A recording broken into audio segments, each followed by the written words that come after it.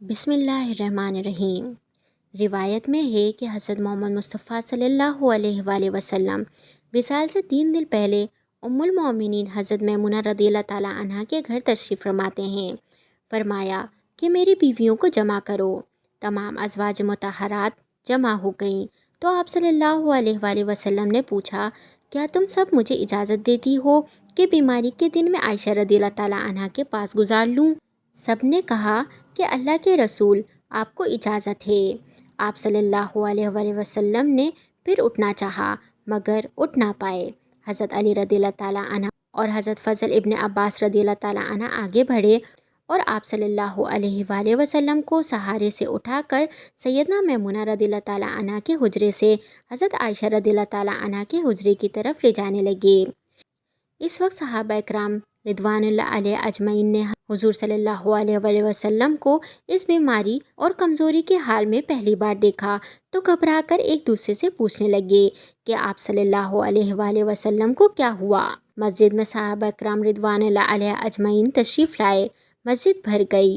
حضور صلی اللہ علیہ وآلہ وسلم کا پسینہ شدت سے بہہ رہا تھا۔ حضرت عائشہ رضی اللہ تعالیٰ عنہا فرماتی ہیں کہ میں نے اپنی زندگی میں کسی کا اتنا پسینہ بہتے نہیں دیکھا، اور فرماتی ہیں میں رسول اللہ صلی اللہ علیہ وآلہ وسلم کے ہاتھوں کو پکڑتی ہے اور اسی کو چہرہ اقدس پر پھیرتی، کیونکہ آپ صلی اللہ علیہ وآلہ وسلم کا ہاتھ میرے ہاتھ سے کہیں زیادہ محترم اور پاکیزہ تھا۔ مزید فرماتے ہیں کہ حبیب خدا صلی اللہ علیہ وآلہ وسلم بس یہی ورد فرما رہے تھے، لا الہ الا اللہ۔ اسی اثنا میں مسجد کے اندر حضور صلی اللہ علیہ وآلہ وسلم کے بارے میں خوف کی وجہ سے لوگوں کا شور بڑھنے لگا۔ آپ صلی اللہ علیہ وآلہ وسلم نے پوچھا، یہ کیسی آوازیں ہیں؟ عرض کیا، اے اللہ کے رسول، یہ لوگ آپ کی حالت سے خوف زدہ ہیں۔ پھر آپ صلی اللہ علیہ وآلہ وسلم نے فرمایا کہ مجھے ان کے پاس لے چلو۔ پھر اٹھنے کا ارادہ فرمایا لیکن اٹھ نہ سکے تو آپ صلی اللہ علیہ وآلہ وسلم پر 7 مشکیزیں پانی کے بہائے گئے۔ اس کے بعد کچھ سہارے سے اٹھا کر ممبر پر لایا گیا۔ یہ رسول اللہ صلی اللہ علیہ وآلہ وسلم کا آخری خطبہ تھا۔ فرمایا، اے لوگو، شاید تمہیں میری موت کا خوف ہے۔ سب نے کہا، ہاں جی، ہاں یا رسول اللہ۔ آپ صلی اللہ علیہ وآلہ وسلم نے فرمایا، اے لوگو، تم سے میری ملاقات کی جگہ دنیا نہیں، تم سے میری ملاقات کی جگہ حوض کوثر ہے۔ خدا کی قسم، گویا کہ میں یہیں سے حوض کوثر کو دیکھ رہا ہوں۔ اے لوگو، مجھے تم پر تنگ دستی کا خوف نہیں، بلکہ مجھے تم پر دنیا کے فراوانی کا خوف ہے کہ تم اس کے معاملے میں ایک دوسرے کے مقابلے میں لگ جاؤ، جیسا کہ تم سے پہلے پچھلی امتوں والے لگ گئے، اور یہ دنیا تمہیں بھی ہلاک کر دے جیسا کہ انہیں ہلاک کر دیا۔ پھر مزید فرمایا، اے لوگوں، نماز کے معاملے میں اللہ سے ڈرو، یعنی عہد کرو کہ نماز کی پابندی کرو گے، اور یہی بات بار بار فرماتے رہے۔ مزید فرمایا، اے لوگوں، عورتوں کے معاملے میں اللہ سے ڈرو، میں تمہیں عورتوں سے نیک سلوک کی وصیت کرتا ہوں۔ پھر فرمایا، اے لوگوں، ایک بندے کو اللہ نے اختیار دیا کہ دنیا کو چن لے یا اسے چن لے جو اللہ کے پاس ہے، تو اس نے اسے پسند کیا جو اللہ کے پاس ہے۔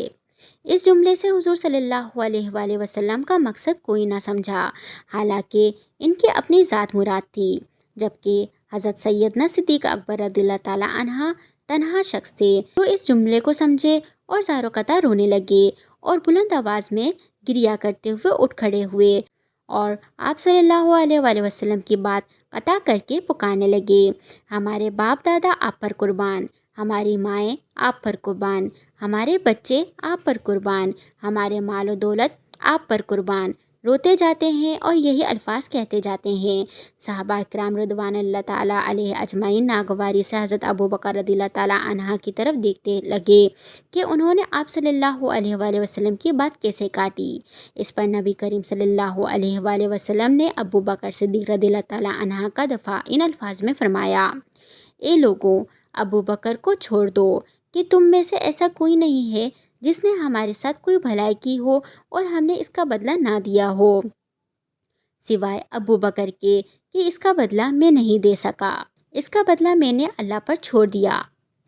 مسجد نبوی میں کھلنے والے تمام دروازے بند کر دیے جائیں سوائے ابو بکر کے دروازے کے جو کبھی بند نہ ہوگا۔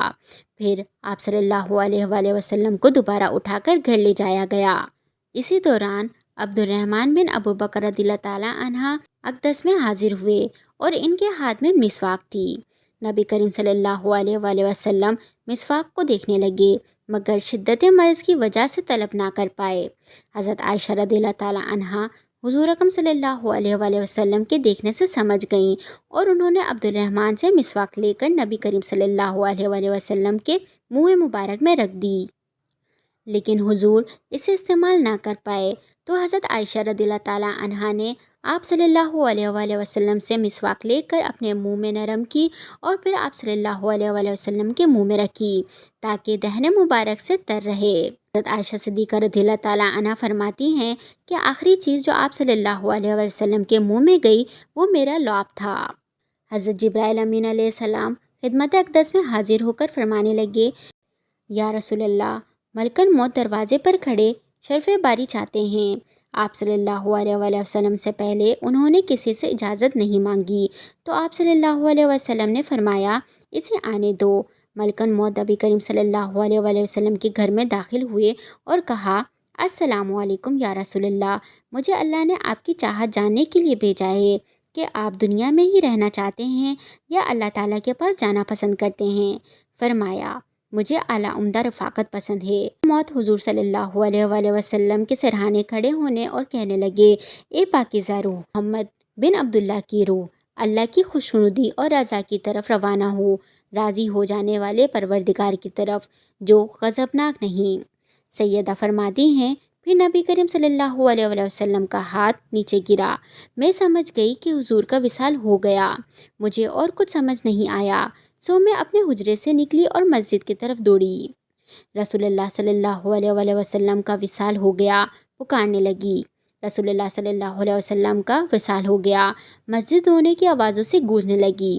حضرت علی رضی اللہ تعالیٰ عنہ جہاں کھڑے تھے وہیں بیٹھ گئے، پھر ہلنے کی طاقت نہ رہی۔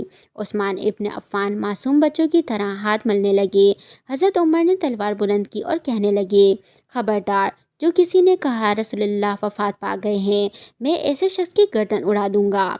اسی موقع پر سب سے زیادہ ضبط برداشت اور صبر کرنے والی شخصیت حضرت سیدنا ابو بکر رضی اللہ تعالیٰ عنہ کی تھی۔ آپ حجرہ نبوی میں داخل ہوئے، آپ صلی اللہ علیہ وسلم کے سینہ مبارک پر سر رکھ کر رو دیے اور کہہ رہے تھے، ہائے میرا پیارا دوست، میرا مخلص ساتھی، میرا محبوب، میرا نبی۔ پھر آپ صلی اللہ علیہ وسلم کے ماتھے پر بوسہ دیا اور کہا، یا رسول اللہ، آپ پاکیزہ جیے اور پاکیزہ ہی دنیا سے رخصت ہو گئے۔ حضرت ابو بکر صدیق رضی اللہ تعالیٰ عنہ باہر آئے اور خطبہ دیا کہ آپ صلی اللہ علیہ وسلم کا وصال ہو گیا، اور جو اللہ کی عبادت کرتا ہے وہ جان لے اللہ سبحانہ تعالیٰ کی ذات ہمیشہ زندہ رہنے والی ہے جسے موت نہیں۔ حضرت عمر رضی اللہ تعالیٰ عنہ کے ہاتھ سے تلوار گر گئی۔ حضرت عمر فرماتے ہیں، پھر میں تنہائی کی جگہ تلاش کرنے لگا جہاں اکیلا بیٹھ کر روں۔ حضور نبی کریم صلی اللہ علیہ وسلم کی تجہیز و تکفین کا عمل شروع ہوا۔ سیدہ فاطمہ فرماتی ہیں، تم نے کیسے گوارا کر لیا کہ میرے بابا کے چہرہ انوار پر مٹی ڈالو؟ یہ کہنے لگی، ہائے میرے بابا جان جو اپنے رب کے بلاوے پر چل دیے۔ روایت میں آتا ہے کہ رسول اللہ صلی اللہ علیہ وآلہ وسلم کی نماز جنازہ پڑھی گئی تھی مگر کسی نے امامت نہیں کی تھی، اس لیے کہ آپ صلی اللہ علیہ وسلم کی نماز جنازہ جماعت کے ساتھ نہیں ہوئی تھی، بلکہ لوگ گروہ در گروہ آپ صلی اللہ علیہ وآلہ وسلم کے حجرہ مبارک میں داخل ہوتے اور الگ الگ نماز پڑھ کر نکل جاتے اور آپ صلی اللہ علیہ وآلہ وسلم پر درود پڑھتے۔ حضرت عبداللہ بن عباس رضی اللہ تعالیٰ عنہ سے روایت ہے کہ حضرت علی رضی اللہ تعالیٰ عنہ آپ صلی اللہ علیہ وسلم کو غسل دے رہے تھے اور حضرت عباس رضی اللہ تعالیٰ عنہ اور ان کے دو صاحبزادے حضرت فضل رضی اللہ تعالیٰ عنہ اور حضرت قسم رضی اللہ تعالیٰ عنہ کروٹیں بدلتے تھے اور حضرت اسامہ و شکران رضی اللہ تعالیٰ عنہ پانی ڈال رہے تھے۔